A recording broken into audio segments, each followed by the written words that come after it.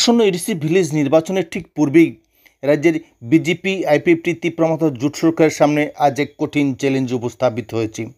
রাজ্যের মাননীয় মুখ্যমন্ত্রী ডক্টর মানিক সাহার নেতৃত্বাধীন মন্ত্রিসভার বিরুদ্ধেই প্রকাশ্যে ক্ষোভ উগরে দিয়েছেন যে একমাত্র রাষ্ট্রমন্ত্রী বৃষকোত্তর দেববর্মা। তীব্রমত দলের এই কনিষ্ঠ বিধায়ক প্রকাশ্যেই জোট সরকারের বিরুদ্ধে ক্ষোভ উগরে দিয়েছেন, কারণ তিনি যে দপ্তর পেয়েছেন তাতে তিনি মোটেও সন্তুষ্ট নন।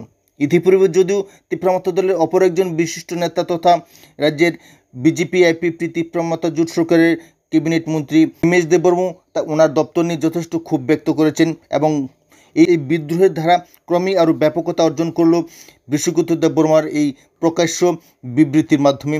মন্ত্রীপদ নিয়ে তিনি মোটেও সন্তুষ্ট নন। তিনি এই রাষ্ট্রমন্ত্রীর পদ ইতিমধ্যে ছেড়ে দেওয়ার হুমকি দিয়েছেন। এনইসির বৈঠকে কেন্দ্রীয় স্বরাষ্ট্রমন্ত্রী অমিত শাহ যখন রাজ্য সফরে আসবেন তখন এই বিষয়টা উত্থাপিত হবে বলে জানা গিয়েছে এবং মন্ত্রিসভার এই কনিষ্ঠ মন্ত্রী কেন্দ্রীয় স্বরাষ্ট্রমন্ত্রীর সঙ্গে পর্যালোচনা বৈঠকের পর সন্তুষ্ট না হলে তিনি প্রয়োজনে পদত্যাগ করারও হুমকি দিয়ে দিয়েছেন। অর্থাৎ আসন্ন এডিসি ভিলেজ নির্বাচনের পূর্বে বিজেপি আইপিএফটি তীব্রমত জোট সরকারের মধ্যে শুরু হয়ে গেছে গৃহযুদ্ধ, অন্তর্কলহ এবং প্রকাশ্য বিদ্রোহ। এডিসি নির্বাচনের প্রাক্কালে এই ধরনের রাজনৈতিক ডামাডোল প্রশাসনের যথেষ্ট বিভ্রান্তির পরিবেশ তৈরি করতে চলেছে।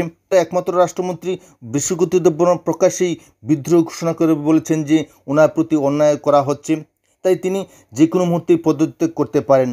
রাজ্যের মাননীয় মুখ্যমন্ত্রী ডক্টর মানিক সাহা স্পষ্টভাবে ঘোষণা করেছিলেন যে লোকসভা নির্বাচনের পর মন্ত্রিসভা বণ্টিত হবে, সম্প্রসারিত হবে। কিন্তু লোকসভা নির্বাচন সম্পন্ন হওয়ার পর ত্রিস্তরীয় পঞ্চায়েত নির্বাচন শেষ হলেও মন্ত্রিসভা সম্প্রসারণের কাজ এখনও স্তব্ধ হয়ে আছে।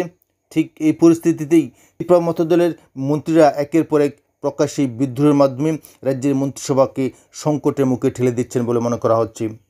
এই যদি পরিস্থিতি চলতে থাকে তবে ডক্টর মানিক শাহ নেতৃত্বাধীন মন্ত্রিসভা যে কোনো মুহূর্তেই ভাঙনের মুখে এসে দাঁড়াতে পারে।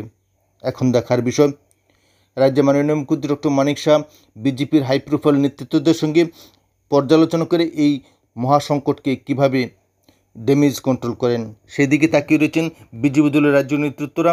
সেই সঙ্গে তীব্রমত দলের সাধারণ কর্মীদের মধ্যেও এই নিয়ে ব্যাপক উৎসুক সৃষ্টি হয়েছে।